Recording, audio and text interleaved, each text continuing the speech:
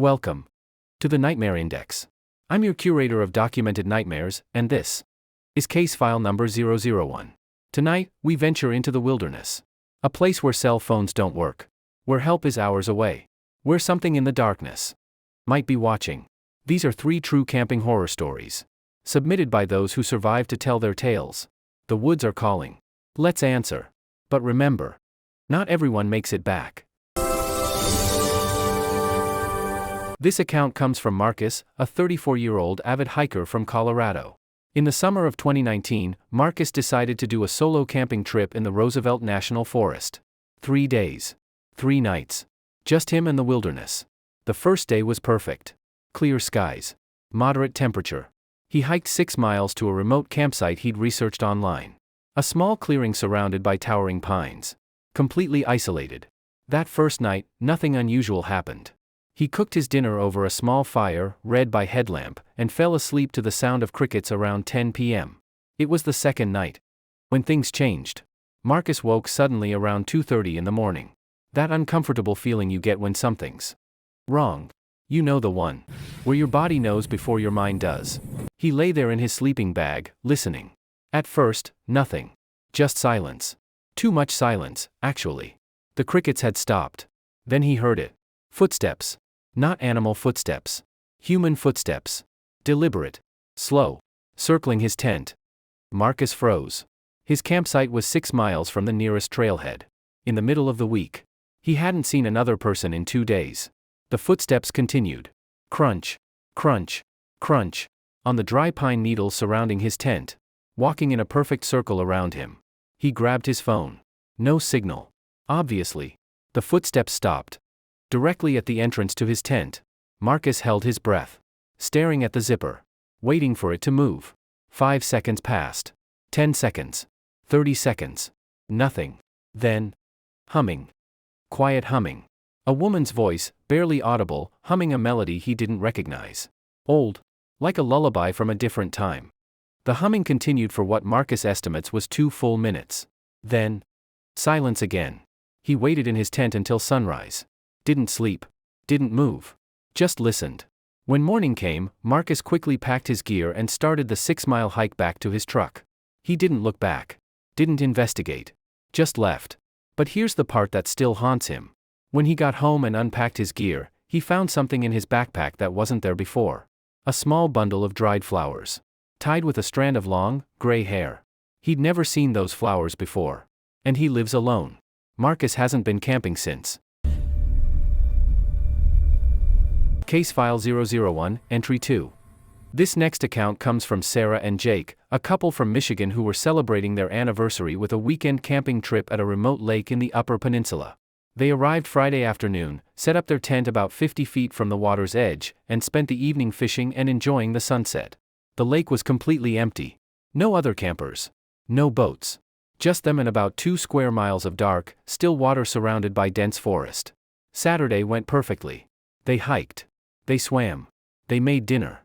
By 11 p.m., they were in their tent, ready for sleep. Around 1 a.m., Jake woke up needing to use the bathroom. He grabbed his flashlight and stepped outside. The lake was completely still. Perfect reflection of the moon on the surface. Beautiful. That's when he noticed something odd. About 30 feet from shore, there were ripples. Small circles spreading across the water. Like something had just surfaced.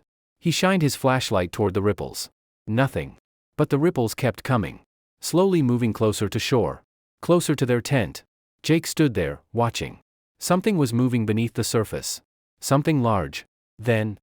It stopped. About 10 feet from shore. The ripples disappeared. Jake waited. Shining his light across the water. Nothing broke the surface. He convinced himself it was a large fish. Maybe a muskie. The lake was known for them. He went back to the tent and fell asleep. It was Sarah who woke up next. Around 3 a.m. She heard. Splashing. Close. Too close. She shook Jake awake. They both listened. Splashing. At the water's edge. Right in front of their tent. Jake grabbed his flashlight and unzipped the tent flap just enough to look outside. What he saw, he still can't fully explain. There was something at the edge of the water. Pale. Wet. On all fours. It wasn't an animal. The proportions were wrong. Too long. Too thin. As Jake's light hit it, the thing's head snapped toward them.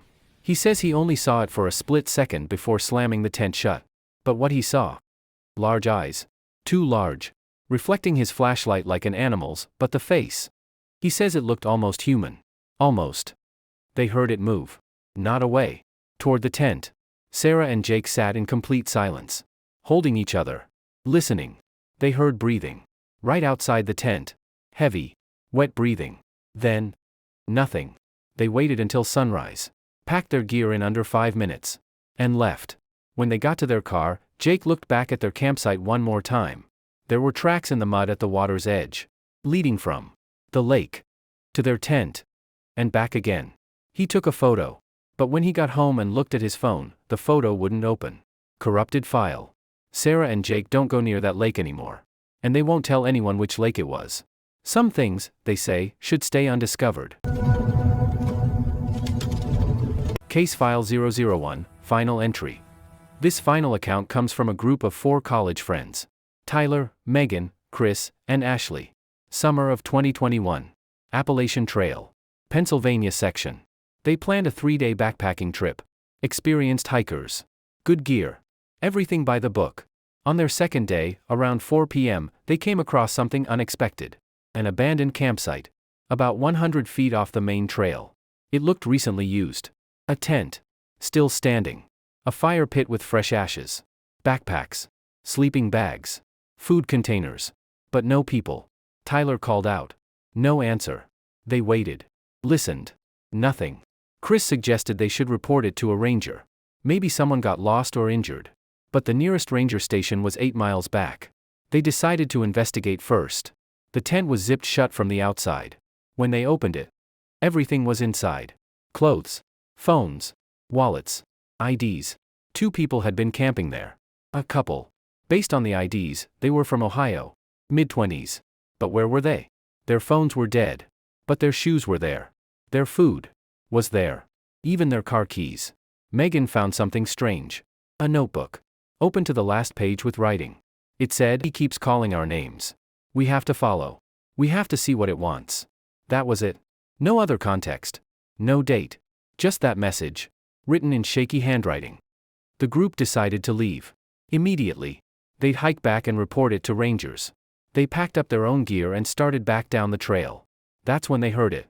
A voice. Distant. Calling Tyler's name. Tyler stopped. "Did you guys hear that?" They all heard it. A woman's voice. Crying. Calling for Tyler. Coming from deeper in the woods.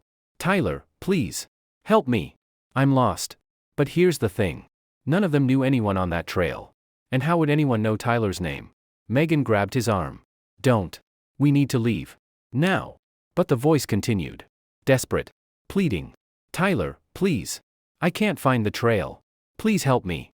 Chris pulled out his phone. No signal. Of course. Ashley noticed something. The voice wasn't moving. It stayed in the same location. Deep in the woods. Off trail. If someone was really lost, they'd be moving. Searching. Right? The voice changed tactics. "Megan? Ashley? Please. Someone help. Chris? Tyler? I'm so scared." It knew all their names now. They ran. Didn't look back. Hiked the remaining 8 miles in record time. When they reached the ranger station and reported everything, the rangers immediately organized a search. They found the abandoned campsite. Everything was there except the notebook. The notebook with the message was gone. They searched for 2 days. No sign of the couple from Ohio. No sign of anyone else. The case is still open. The couple is still missing. But here's what Tyler told me when he submitted this story. About 3 months after the incident, he was home alone in his apartment. Around 2 a.m., he woke up to his phone ringing. Unknown number. He answered. Silence. Then, breathing. And in the background, very faint, that same woman's voice from the woods. "Tyler. I'm still lost. Why didn't you help me?" He hung up. Blocked the number. It's called twice more since then. Different numbers each time. He doesn't answer anymore. 3 cases. 3 nightmares. Documented in the index. These stories were submitted by real people. Their names have been changed. Their experiences remain unsettlingly real. The wilderness holds secrets. Some should never be discovered. Tomorrow night, we document a different nightmare. Home invasions. The moment you realize You're not alone. If you have a nightmare that needs documentation, the email is in the description below. Subscribe so you don't miss what darkness we uncover next. Stay vigilant. Lock your doors. And remember, the woods are always watching. This is the Nightmare Index. Case file 001 is now closed.